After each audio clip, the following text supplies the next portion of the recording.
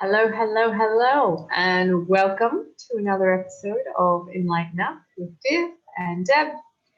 And today we thought we would just tune into what seems to be current in the environmental milieu here in Australia, where we are, and there seems to be two dominant ends of the two polar opposite ends of the spectrum. Some people, like bookkeepers and accountants and some business owners, just have so much on right now. So they've got a lot to do and a feeling of not enough time. And there are others that have an experience of a lot of time but not enough money because their jobs have disappeared, and so these two opposite ends of the spectrum, too much and not enough. That's what we thought we would explore today. And they tend to go with time and money.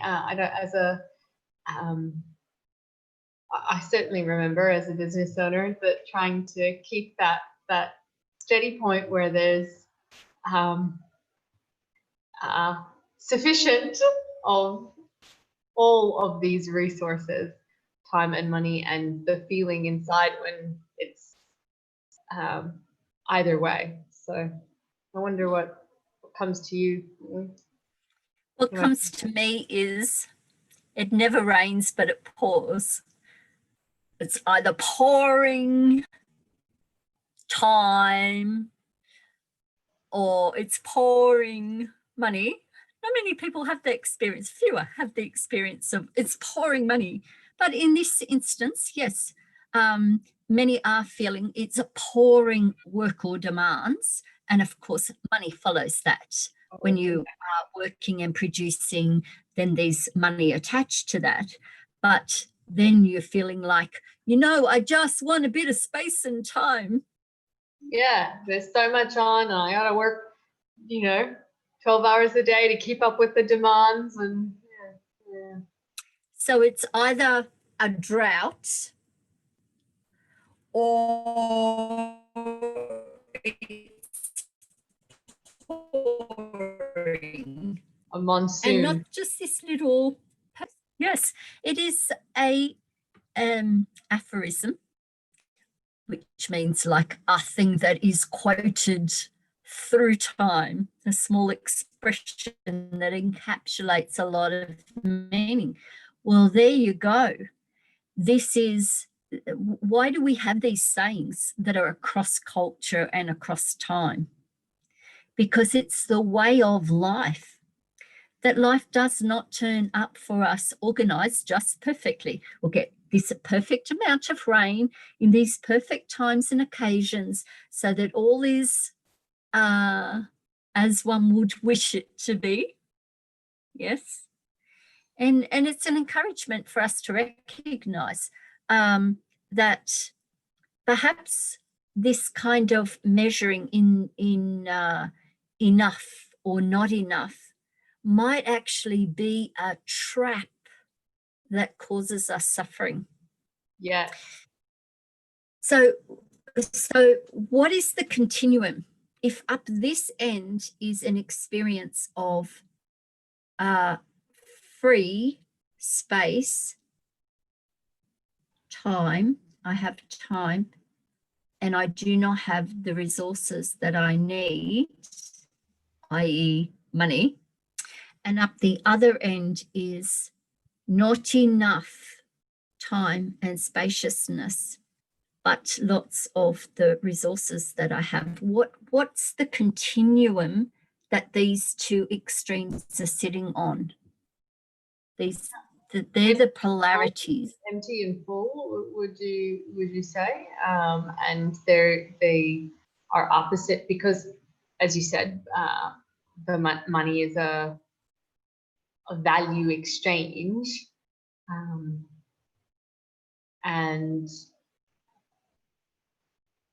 well, this doesn't count for people with passive income streams. This we're speaking of those that work to generate income. Could it just be a continuum of, you're saying full empty, but there's still measures of something. So let's give an example. Temperature is the continuum. And at one end you have hot and at the other end you have cold. Yeah. Like, I'm not sure what But the word is. The thing. You're not measuring hot and cold, you're measuring temperature. Yeah, what would you call it? What would the word be? So what is this continuum? You get enough and not enough. You get full and you get empty.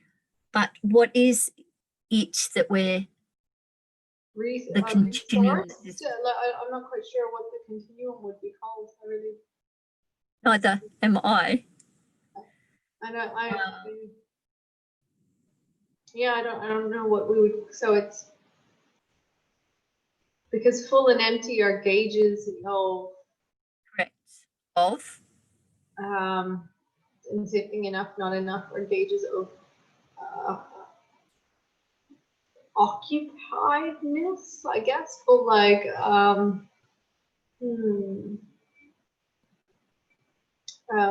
yeah, resourced maybe is the continuum, resources, because because it's inverse for money and time, so maybe resources. I don't know. Resources. So what we know is that if you are ever on a continuum, you will always have to move up and down. You don't actually find this perfect place and just move down it. So this is the principle of universal principle, which is another word for, this is an absolute scientific fact. If you were going to be measuring in this way, you will be somewhere along the continuum all of the time. There will always be some experience of, I do not have enough and I have too much. So how do we get on the continuum? And because of the nature of a continuum and a polarity, there's also the principle of rhythm, which means things have to move. They have to move. It cannot, no matter what circumstance you find yourself in life at the moment, too much, not enough, too much of this, not enough of that, all perfectly balanced, it cannot stay there. It will have to move. So how do we get off a continuum? And what happens when we do? Well, what comes to me, the word that comes to me is transcend. Yes. That's the word that comes to me. We can transcend a continuum, because part of a continuum is it's a certain frame, it's a way of thinking. Like, so if we transcend that way of thinking, that continuum ceases to exist in our experience. So applicable in how to, like, I'm really interested in how we can apply that in this context. What can we offer to those listening to apply that? Like, it's all good and well to say, presuppose there always is enough, but the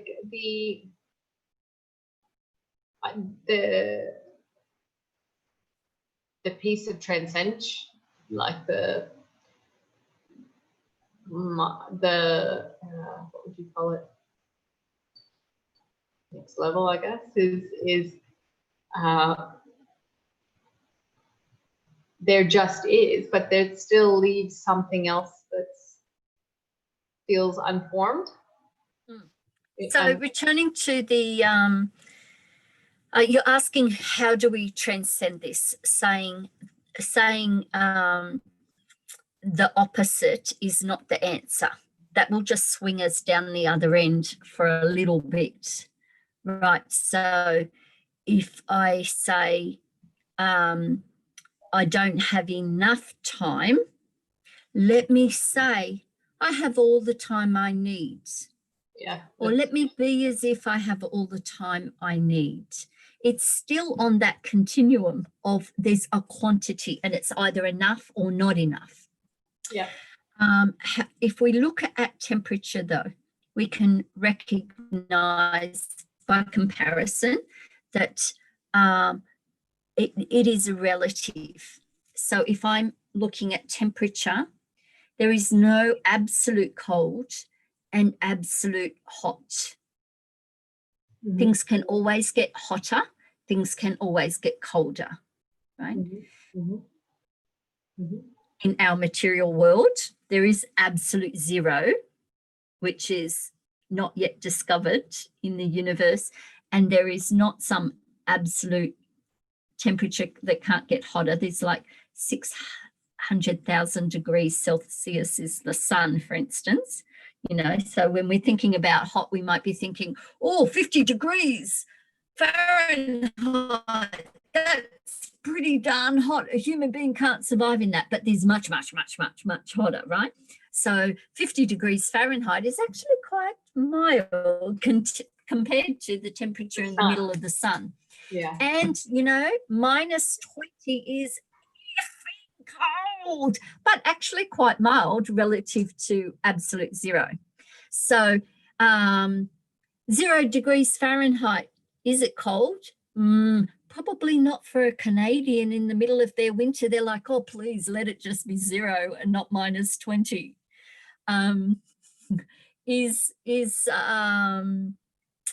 What's our temperature in Australia today? Probably about 15 degrees Fahrenheit, which is balmy summer day in Canada, right? We're all like, turn the heaters on, it's freaking cold. So time, money, workloads are only too much or not enough relative to some other thing. So what you're saying is stop comparing and then the relativity disappears, and that is how we transcend. Yes. Makes sense?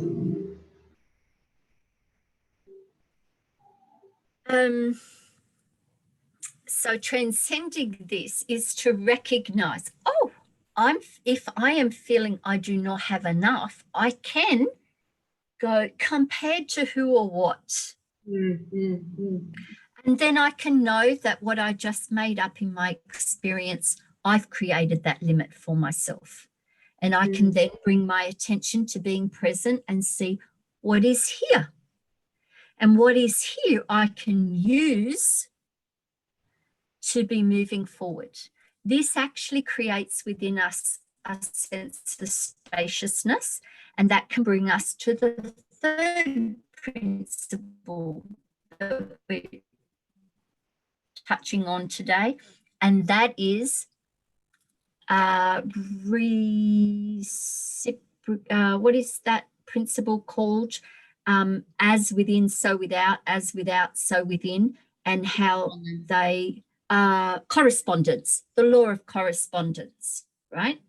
So if in the outside world there isn't enough time or isn't enough money or there is too much of something, let me just let go of the comparison because it's all relative and be spacious with what is, and then what has to happen on the outside world. It'll reflect what's on the inside because the macro mirrors the micro mirrors the macro. So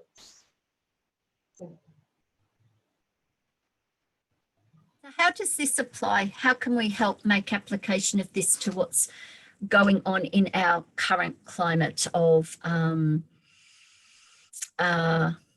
of being presented for most people with a different pool of resources? You know, I've got too much work, not enough time, or I've got lots of time, not enough work, and I don't have money and resources.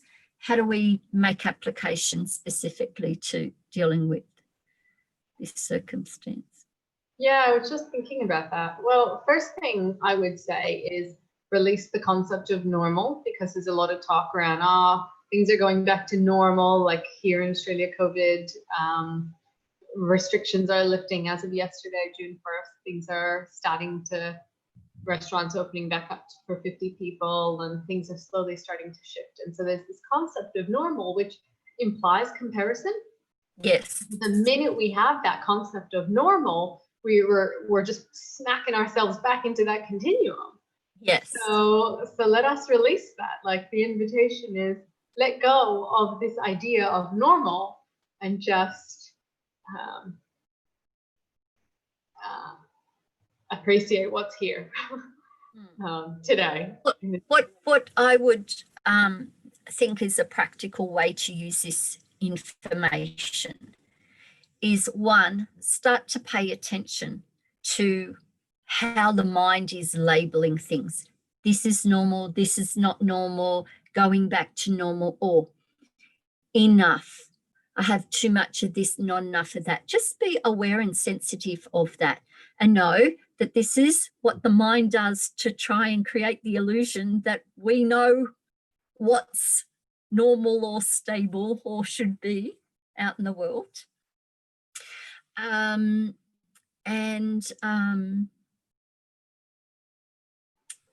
what was that other thing that I said? How to release the continuum? Was ask the question, compared to who or what, right? If you notice you're labeling it in some way, this is this, it will only be whatever this is, hot, cold, enough, not enough, normal, not normal, compared to some other thing, and that is just relative. So you can, once you ask the question, what's really powerful about that is when you point your awareness towards an illusion, it evaporates just naturally. You don't have to do anything.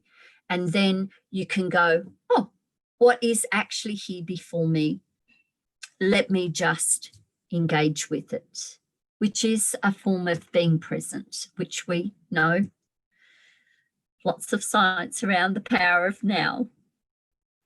And that will actually enable us to be quite resourced within self,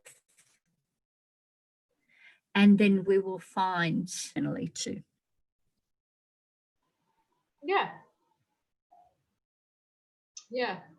Those are some really useful practical strategies. Begin to pay attention, notice the labels the mind wants to apply, because that's what it does. It loves to apply labels, and observe that, be switched on and aware of that, and then ask yourself, compared to who or what, and kind of allow that illusion to dissipate through that question. Anything else that you would? And the third step is then to be present with what is, without label, and you'll notice that you will recognize that there are many things there in front of you that you can utilize. Yeah.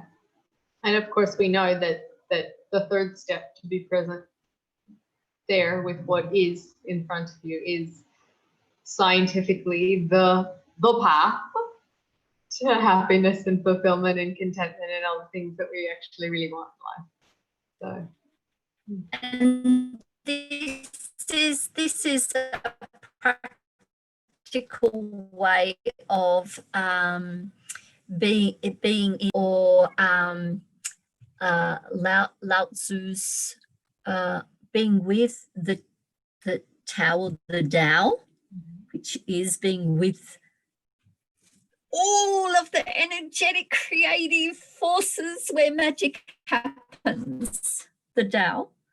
It's how to be in the flow of life. So that's it.